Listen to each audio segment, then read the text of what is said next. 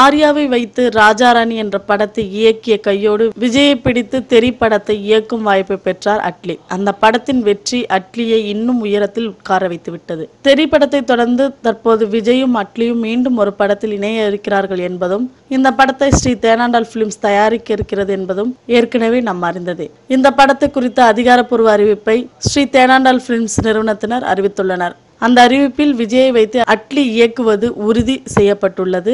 பாகுபலி உட்பட பல வெற்றி படங்களின் கதை ஆசிரியரும் இயக்குனர் ராஜமௌலியின் தந்தையுமான KV விஜேந்திர பிரசாத் இந்த படத்தின் கதையை எழுதியிருக்கிறார் என்றும் கூறப்படுகிறது. இதற்காக அவருக்கு 1 கோடி சம்பளம் கொடுக்கப்பட்டுள்ளது. திரைக்கதை வசனம் எழுதி இயக்கும் அட்லிக்கு பல கோடி சம்பளம் பேசப்பட்டிருக்கிறதாம். விஜய் அட்லி படம் விரைவில் தொடங்க இருப்பது குறிப்பிடத்தக்கது. மேலும் சினிமா தகவல்களுக்கு கீழே உள்ள சப்ஸ்கிரைப் பட்டனை அழுத்தவும்.